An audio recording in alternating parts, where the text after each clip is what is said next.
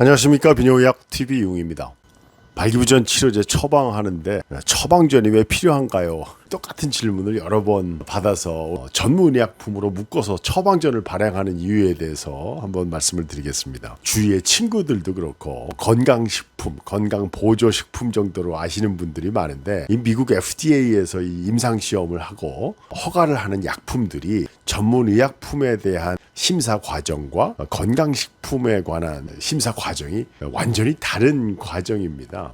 우리 발기부전 치료제는 이제 전문의약품으로 이제 허가를 받은 약물이고 오남용의 부작용이 심한 약이기 때문에 처방전으로 묶여있는 전문의약품인 거죠. 처음에 우리 비아그라 허가 받았을 때는 심전도나 심장에 대한 평가를 우리나라에서도 필요로 했다. 그런 히스토리가 있습니다. 왜냐하면 처음에 우리나라에서 너무 임상시험할 때 홍조가 심한 환자들이 비율이 높았기 때문에 그런 적이 있었지만 현재는 심장에 대한 검사가 꼭 필수적인 검사는 아니기 때문에 간단한 상담과 다른 병용 약물에 대한 평가하고 처방전을 받을 수도 있습니다.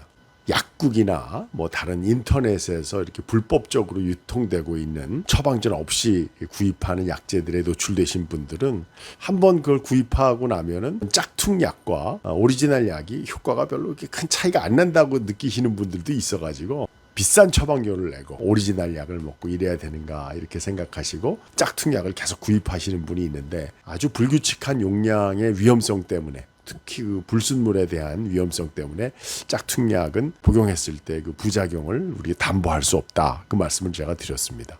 두 번째는 이 처방료에 관한 질문이 많으신데요. 이 일반 처방전을 따로 발기부전에 대한 상담을 하고 처방을 받으시면 이 발기부전이라는 질병명 자체가 의료보험 코드가 없기 때문에 일반으로 접수가 되고 비급여 진료가 돼서 처방료가 보통 병원에 따라서는 3, 4만 원 정도 들게 됩니다. 여러 개씩 처방을 원하시는 분들인 경우에는 이 처방료가 단위별로 높아지게 되는데요. 그 이유도 한 번에 과도한 용량이나 과도한 개수를 처방받는 분들의 오남용 가능성이 많기 때문에 제가 주의 깊게 그 환자의 성향이나 그동안의 성적인 패턴을 보고 적정한 용량과 적정한 개수를 처방해서 오남용하지 않도록 안내를 해드리는 거죠.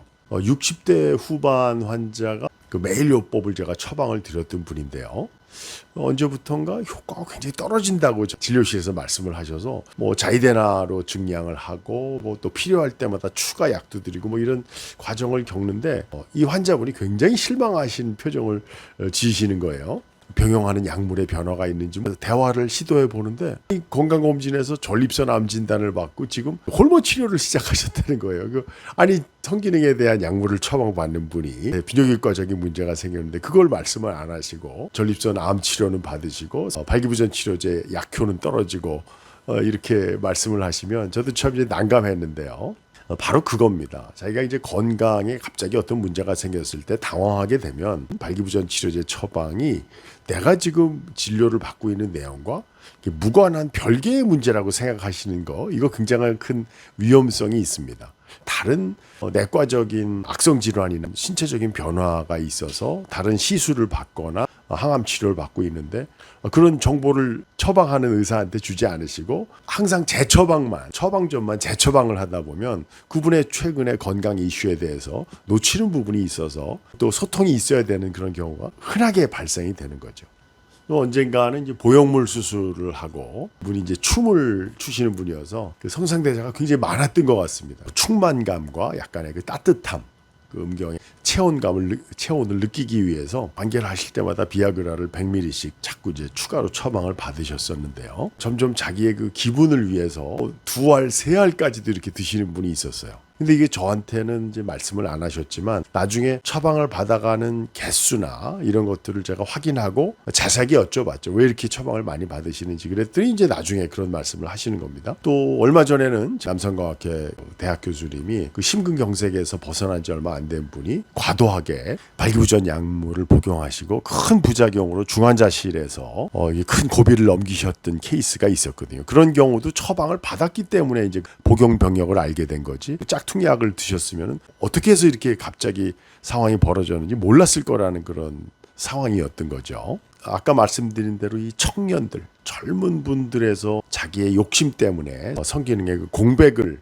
메꿔 나가려고 약을 오남용하는 케이스뿐만 아니라 중년 노년층에서도 성생활에 너무 몰두하다 보면 그 부지불식간에 이렇게 오남용하는 그 사례들을 종종 발견하게 되거든요. 또 심혈관계나 또 기저질환에 큰 영향을 미쳐서 건강의 균형을 잃을 수도 있는 그런 약물이기 때문에 처방을 통해서 약물의 오남용을 적절하게 이제 제한하고 있는 것이 전문의약품으로 처방전 제한을 하고 있는 이유라고 할 수 있겠습니다. 어떤 분들은 뭐 친구 것까지 또 어떤 뭐 유흥업소를 하시는 분이 막 고객 관리를 위해서 처방전을 다량으로 한다는 등의 이런 여러 가지 에피소드가 있지만 발기부전 치료제의 오남용이 어떤 경우에는 치명적일 수도 있기 때문에 처방량을 어느 정도 제한을 두면서 충분한 상담과 최근의 그런 건강 상태에 대한 검토를 하면서 주기적인 처방을 받는 것이 발기부전 치료제 복용을 안전하게 할 수 있는 방법이 아닌가 생각합니다.